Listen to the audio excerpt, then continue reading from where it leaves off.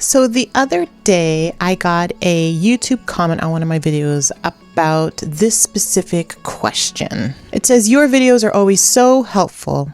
For the actionable list post, does it matter if the word count is so short? I always hear about blog posts with 2,000 words and up ranking, but how can someone rank with a list post? Or is that just to gather content for the blog? This is an interesting question because it's specific to list posts, but when you look at it in the broader sense, it's specific to, is that enough for a list post? Meaning that you think list posts are generally short. And I have to tell you that I don't think so. I think list posts are long. They have been getting longer and longer. For example, over on Niche Pursuits, they have a lot of list-based posts. Not all of them are like this, but here's one example of 493 one-word business name ideas. Now, there are so many because it's just one word. So let's look at how long this post really is. So we have an introduction here, and then we have just the words here, another subtopic with more words here, a subtopic with image, just the words. These are just one words. Let's see if there's even more after all of this. Then we have do's and don'ts, a shorter list of do's and a shorter list of don'ts, and the final thoughts. So let's see how long this post really is. I like to do this with a lot of pieces of content. So let's just see. This ends up being just 1,000 words, and it's a big list post, right? So there's something like that where if you're going to make a high list post, it's not going to be that long. It's not going to have to be 10,000 words long. However, there are some businesses that do that. They will add the content because it's needed. Something like this is not needed. Someone who needs a business name doesn't need a write-up for what Nimbus means and what the Greek god Nimbus does, and same thing with Zine. Like, they don't need to do that for this blog post. It is long enough, over 1,000 words.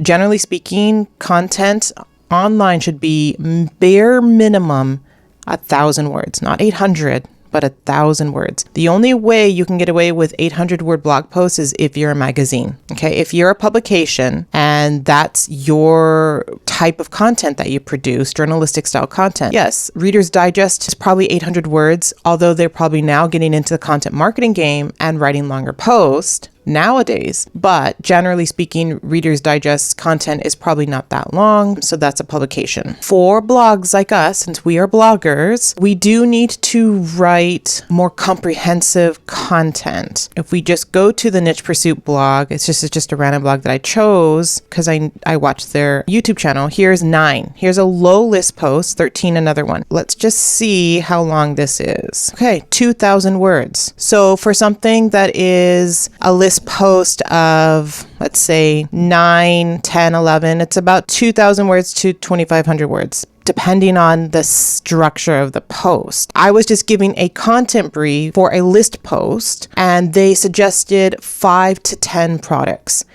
with a bare minimum of 2,000 words all the way up to 5,000 words. Okay, that's what their expectation is between that range that I'm going to write about, between 5 and 10 products. They gave me 5, and then I decided to add a couple more. So in total, I think it's 8 or 9. But within that content piece, I'm not just listing those products. I'm listing those products, and then I'm listing where you can buy them. Then I'm listing how you can create them. Then I'm talking about all of these aspects so that the post is comprehensive, so that you get all the pieces and questions answered. So list posts ideally is informational, it's ideas, it's just to help people to get to that next step. And I think it should also be a bare minimum of 1,000 words. So I do come across blog posts from new bloggers that have an introduction and then they use the bullet list and then write out and then have a conclusion, and that's it. So it's only like 500 words. That is not going to give a reader actionable advice, helpful advice. Okay. So you can have a smaller post that's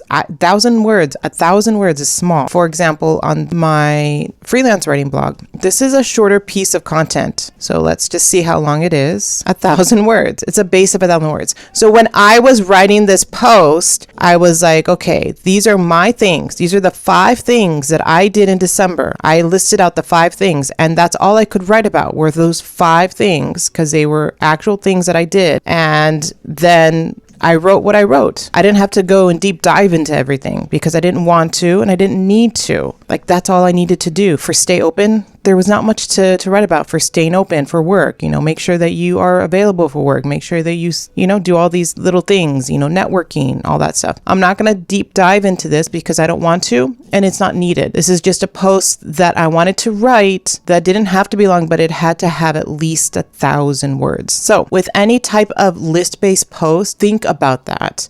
If you can't write 1,000 words, if you only have 800, then add to your list. That's my suggestion. So if you decide to write about, I don't know, the 5 best pillows for your couch, and you only own these 5 pillows, and then you're writing about them, and you're like, oh, there's only 600 words here. Well, you can leave it at that to stay true to yourself. You don't want to add any other ones, but you can put another subtopic of saying, here are some other popular pillows, and you can just search on Amazon the top pillows that are popular. Add those in, add a little write-up, and then you can source some questions about it. You can source some ideas about, like, what do people need to know about these pillows? An easy way is to go to Facebook groups about, if you belong to any home decor stuff, type in that specific pillow and see if there's any discussions around it. So for example, pillows they're not the best example to go into a Facebook group, but maybe a Nugget couch. I believe Nugget couch is popular. So these are all popular. So you can look at the brands here and pick one that maybe on Facebook they've been talked about. So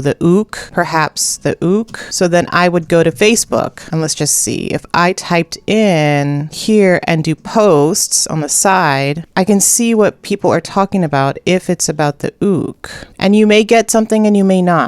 Either way, you can get some information about what people are using their Nugget couches for. I'm not getting the brand name of Ook, just that it's a Nugget couch, and here's an Ookie. But I can just go through and see if there's anything here I can write about, okay? Or talk about with your product. So, there's lots of different ways to get some feedback. You can also look at the Amazon reviews to see what people are saying, like that specific couch pillow doesn't do well when you wash it, in a regular cycle. You have to use a gentle cycle. Like, get that information so you can feed it into your post so that it's more helpful. Right? So when you're thinking about how long should a blog post be, I don't want you to think about that. I want you to think about, what helpful information can I provide that will answer the question that my audience is facing at the moment? When I first started Twins Mommy, I kept seeing a lot of blogs with these beautiful, styled, flat lay photos. I was like, where the heck are they getting them? Are they paying for them? I don't think so. It doesn't seem like it. I was intrigued by that. So I had to do a little bit of digging to find free stock photos.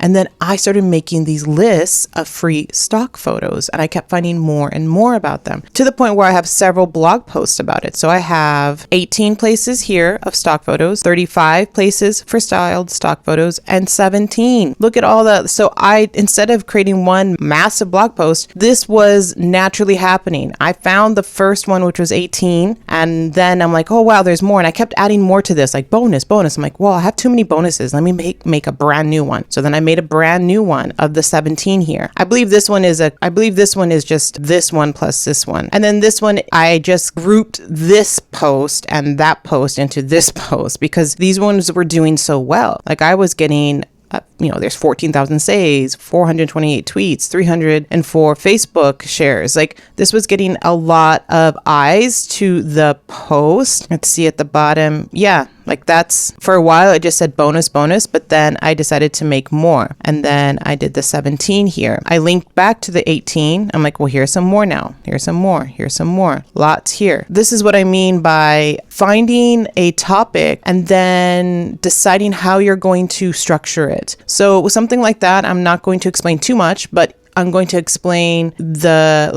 setup. With Otilly, you have to sign up to her newsletter, and then you'll get your first newsletter from her will be 5 photos. And then every week after that, you'll just get 1 photo. because I signed up to all of these and I got these photos. So I know the setup. And so you just explain, that's what you do. For this one, all you got to do is sign up, and then she'll give you a big pack of 35 photos. The next one, you have to do something different. The next one, you have to do something different, right? I might explain the type of photos that brand has. Otilly is more professional, whereas this other one is more for moms, and this one's more corporate, right? So I'm going to give that information so that they can look through my list and then pick and choose the style that they want. So that's what you want to think about with a list post. You want to give them enough information so that they are satisfied and that they can find value from your post. And sometimes that has to be longer than 1,000 words, but it has to be at a base of 1,000 words. Okay. So make that your mantra. Like, I need to write at least 1,000 words, and don't make it run on and run on.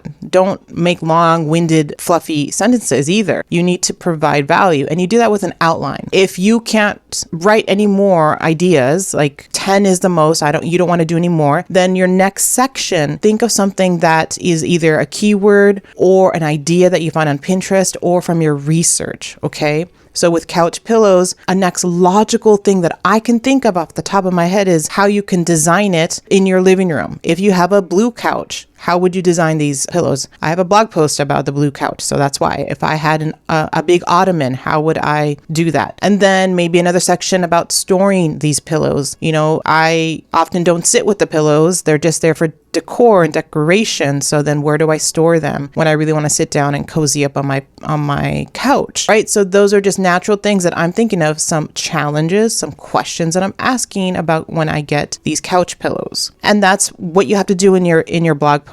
If you're writing about eco-friendly products, so eco-friendly laundry detergents, what is the logical thing that's going to come out of that? If it's laundry detergent, then you can have information about, well, which one smells the best? Which one is the cheapest, right? So you can have your list of, non-toxic or eco-friendly laundry detergents, and then say, this is the one that I use. I like it because it's minimal smell, it's budget friendly and all that. And here's some, if you're interested in finding a low cost versions of this specific brand, then try these other ones. Maybe that brand has other styles of non-toxic laundry detergents that you can link to and talk about as well. It's something like that where you can add more value to your post. Now for my post, I did a post on non-toxic laundry detergents. I just decided to write a comprehensive list. So I wrote up to 22, and then I had a DIY section. So I'm like, here's a simple DIY version of making this yourself if you don't want to even buy it. So I have it at the very bottom with the video and then what it is